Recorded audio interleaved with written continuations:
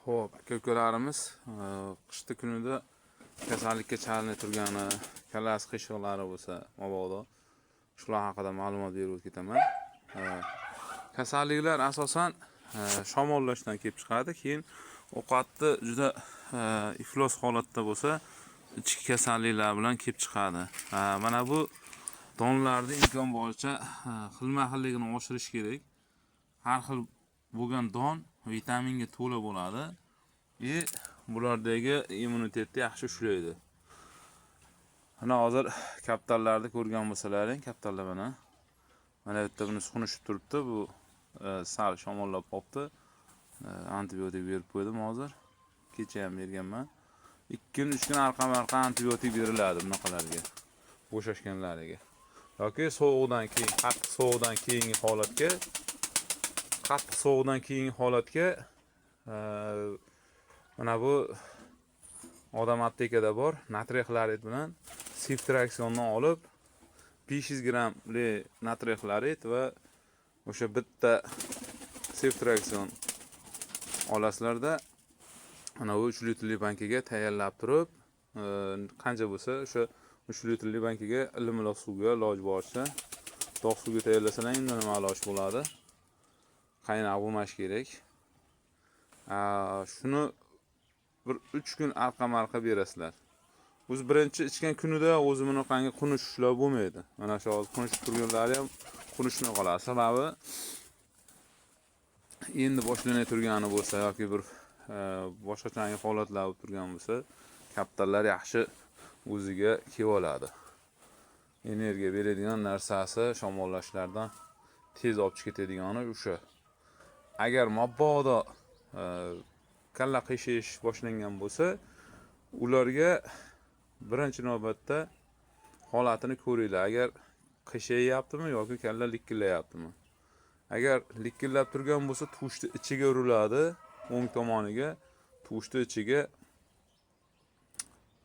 iloj boricha uringlarda tushni ichiga urish kerak. Kalla qimillab turgan bo'lsa, likillagan bo'lsa, qiyshaygan bo'lsa, o'sha tushni teri ostiga uriladi. Tush qismiga teri ostiga uriladi.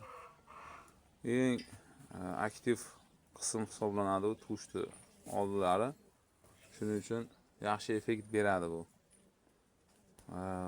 Endi dorisiga keladigan bo'lsak, ikkoviga ham, kalla qiyshayishga ham, likillashga ham bir xilda dori bu natriy xlorid bilan siftraksion.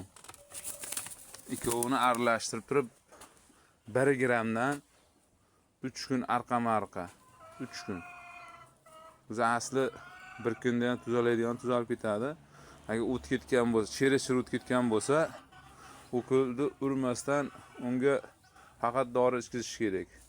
Cherishir o't ketgani ukul ta'sir qilmaydi, ko'tarilmay o'lib qolishi mumkin. Shuning uchun ehtiyotkorlik bilan yaxshi kaptar bo'lsa imkon boricha ehtiyot qilinglar. Qanaqangi dori-darmonimi, kaptar haqida ma'lumotlar kerak bo'lsa aytaverasizlar. Sababi qo'limda 1200 ta, 1000 ta, 500 ta kaptar kelib ketadi. Kasalliklarni ko'p ko'rdik buni. Shamollashlariga har xil dorilar ko'rdik. Eng yaxshi dori, eng zo'r sifatli dori shu natriy xlorid bilan siftraksion. Eng yaxshisi. Hop, yaqinda qorni og'riqqa ham dorini yaxshisi kelib qoldi. Rasmni tashlab qo'yaman keyingilarda. Hop. Yana qanaqangi ma'lumotlar kerak bo'lsa aytaverasizlar. Imkon boricha chiroyli kaptarlar boqinglar, yaxshi kaptarlarni. Seleksiya ishlarida ham bir-birini chiroyli holatini qarab turib, o'yinchoqlarni ko'rib turib, farlasalaring yaxshiroq bola beraveradi. Bola berishda ham.